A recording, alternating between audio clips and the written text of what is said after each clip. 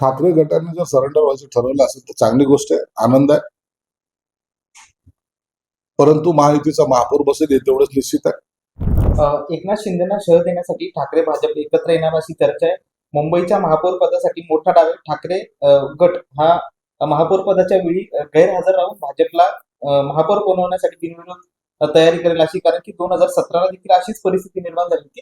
तेव्हा भाजपने बाहेर थांबलं होतं आणि शिवसेनेचा महापौर झाला होता. तर त्याची परतफेड आता ठाकरे गट करणार अशी चर्चा आहे. तर तुम्हाला त्यावर काय वाटतं?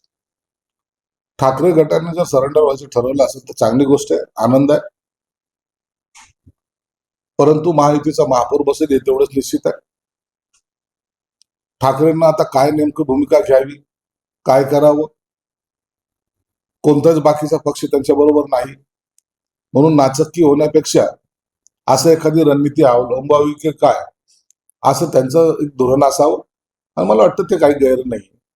पराभवाला समोर जाण्यापेक्षा आम्ही त्याच्यात सहभागीच नव्हतो असं एक वेगळं दुहेअर्थी सांगून आपली सुटका करून घेणं हेच आता उभाटाच्या हातात राहिलेलं आहे.